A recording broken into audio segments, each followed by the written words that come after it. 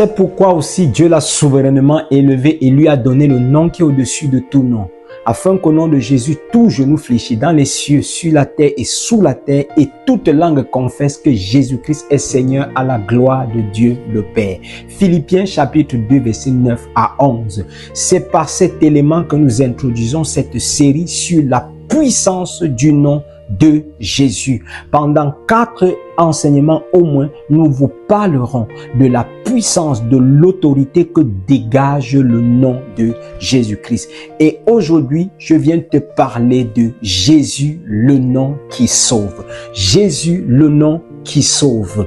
Bienvenue encore à cet espace d'édification et d'affermissement. Je t'encouragerai une fois de plus à t'abonner, à laisser un commentaire pour nous encourager et nous donner d'améliorer les contenus de ce que nous vous proposons.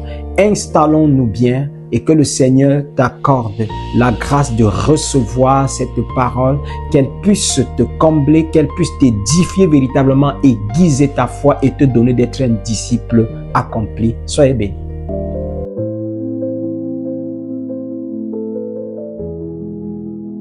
Jésus, le nom qui sauve. Jésus, le nom qui sauve. Un nom tellement combattu, un nom tellement attaqué, un nom tellement polémiqué, un nom autour duquel tellement de débats ont été organisés à travers les âges. Dès la naissance de l'Église, le nom de Jésus a été attaqué par les chefs religieux. Après les chefs religieux, les autorités politiques ont attaqué les premiers témoins de l'Évangile à cause du nom de Jésus. Et à travers les âges, partout où la prédication faite au nom de Jésus est arrivée, parfois c'est par les armes qu'on s'opposait aux chrétiens, par la magie, par la sorcellerie, on attaquait le nom et le message porté au nom de Jésus-Christ. Mais on peut bien se poser la question, pourquoi tant d'acharnement, non pas derrière une personne, une vision, mais un nom? Ce nom est plus que ce que on peut penser ou imaginer. Le nom de Jésus va au-delà de ce que la science peut expliquer, de ce que les doctrines et les philosophies humaines peuvent concevoir.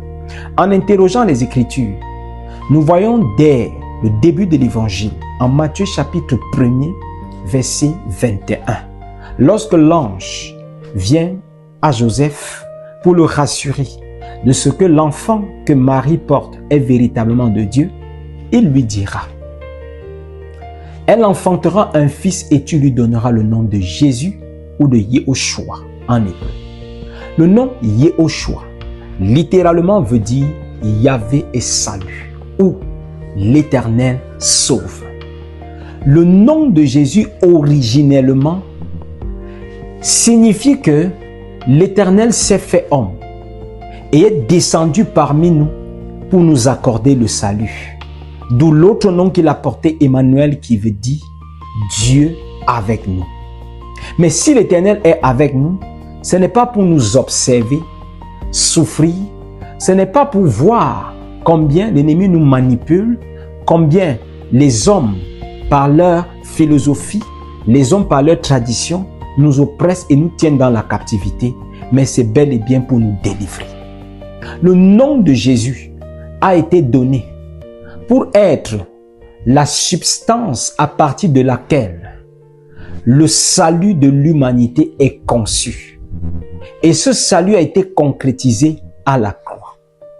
La Bible nous dira également, dans le livre des Actes des Apôtres, chapitre 4e au verset 12, ce qui suit: il n'y a de salut en aucun autre, car il n'y a sous le ciel aucun autre nom qui a été donné parmi les hommes par lequel nous devons être sauvés. Ne vous laissez pas séduire ou détourner par ceux-là qui vous font croire qu'un homme prodigieux est descendu mystérieusement parmi les humains, ou qu'un homme né de femme a été envoyé pour nous donner le salut.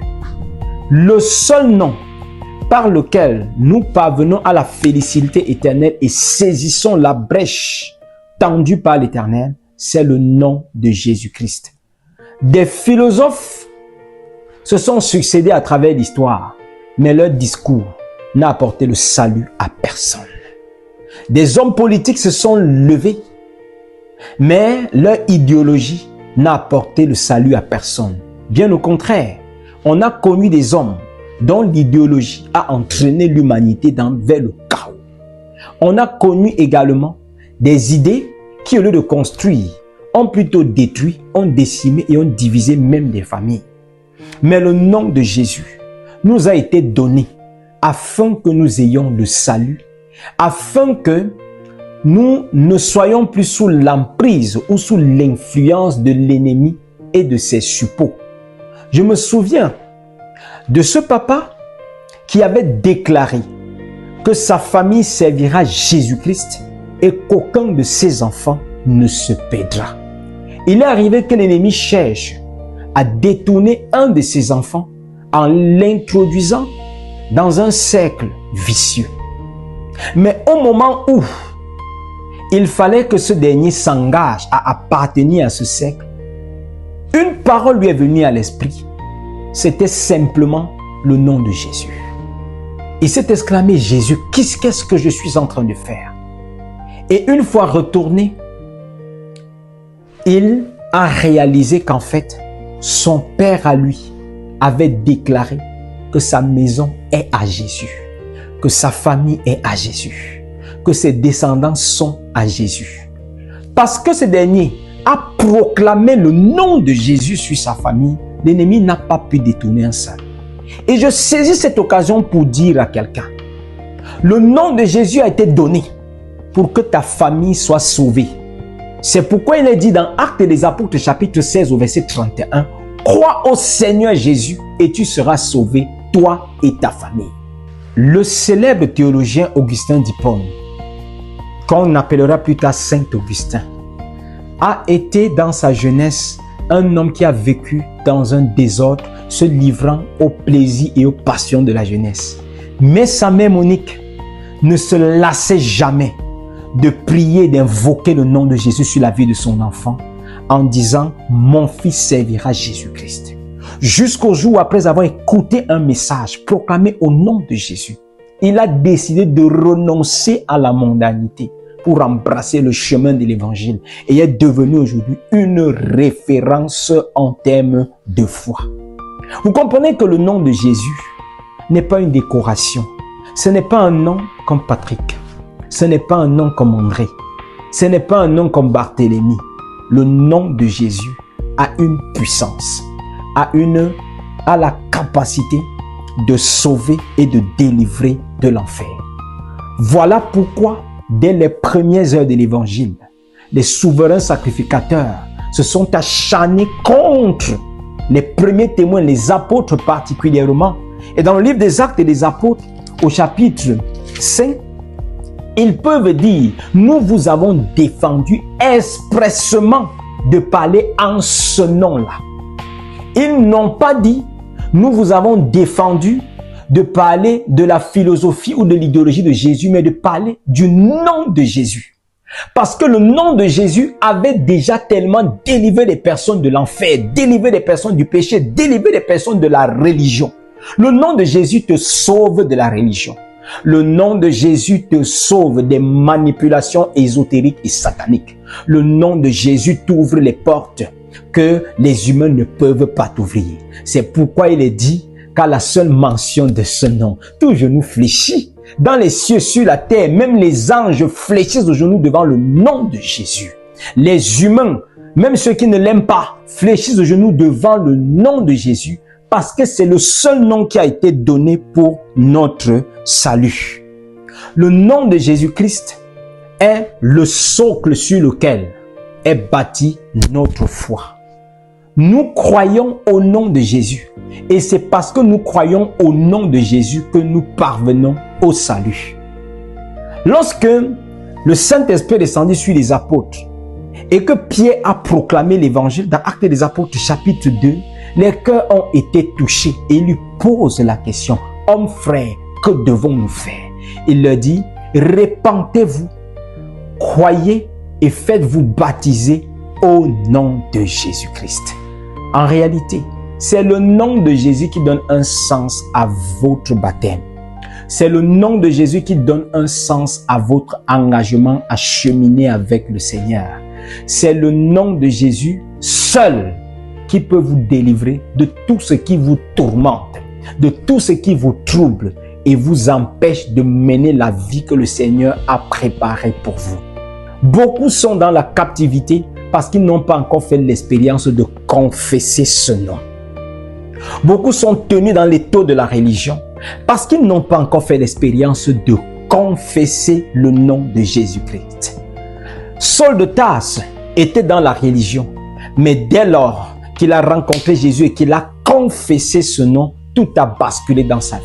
Son intelligence s'est ouverte. Il a commencé à proclamer avec assurance, avec puissance le nom de Jésus-Christ. Et je suis venu dire à quelqu'un, toi également, tu peux être délivré du péché en confessant le nom de Jésus-Christ. Tu peux être délivré de tout ce qui te tourmente en confessant le nom de Jésus-Christ. Tu n'as pas à recourir aux humains comme si ton salut dépendrait d'eux. La Bible ne nous dit pas que le nom d'une religion nous sauve. La Bible ne nous dit pas que le nom d'un saint nous sauve. La Bible ne nous dit pas que le nom d'un ange nous sauve. Mais le nom qui nous donne le salut, c'est le nom de Jésus. C'est pour cela que dans le livre de la Révélation, il est encore précisé. Lorsque Jean parcourt le ciel et qu'il se rend compte que personne n'a été trouvé digne d'ouvrir le livre et de rompre les sceaux, il s'est mis à pleurer. Mais l'ange lui dit, ne pleure plus parce que l'agneau a vaincu. Jésus a vaincu. Ce nom nous donne le salut. Et si, jusqu'ici, tu n'avais pas encore réalisé toute la puissance qui est cachée dans le nom de Jésus-Christ, je t'encouragerai à t'arrêter un instant et à lui dire, Seigneur Jésus, j'ai besoin de toi dans ma vie. J'ai besoin de toi dans ma famille. J'ai besoin de toi dans tout ce que je fais. Ce n'est qu'en ce nom-là que tu seras délivré de l'emprise du péché. Ce n'est qu'en ce nom que tu passes de la mort à la vie. Ce n'est qu'en ce nom que l'ennemi perd le contrôle et le pouvoir qu'il avait sur ta vie. Veux-tu expérimenter le nom qui sauve? Crois au Seigneur Jésus-Christ. Veux-tu expérimenter le nom par lequel tu connaîtras la félicité éternelle? Découvre encore en Jean 3 au verset 16. Dieu a tant aimé le monde qu'il a donné son Fils, afin que quiconque croit en lui, autrement quiconque croit au nom de Jésus-Christ, ne périsse pas, mais qu'il ait la vie éternelle. Dieu ne veut pas que tu périsses, il veut que tu sois sauvé. Alors, crois au nom de Jésus. Confesse le nom de Jésus-Christ. Je serai très heureux de te retrouver dans la prochaine vidéo où nous parlerons de Jésus, le nom qui guérit. Veux-tu trouver la clé de la guérison cachée dans le nom de Jésus? Ne rate pas le prochain enseignement. Restez et demeurez richement bénis au nom souverain de Jésus, le nom qui nous sauve.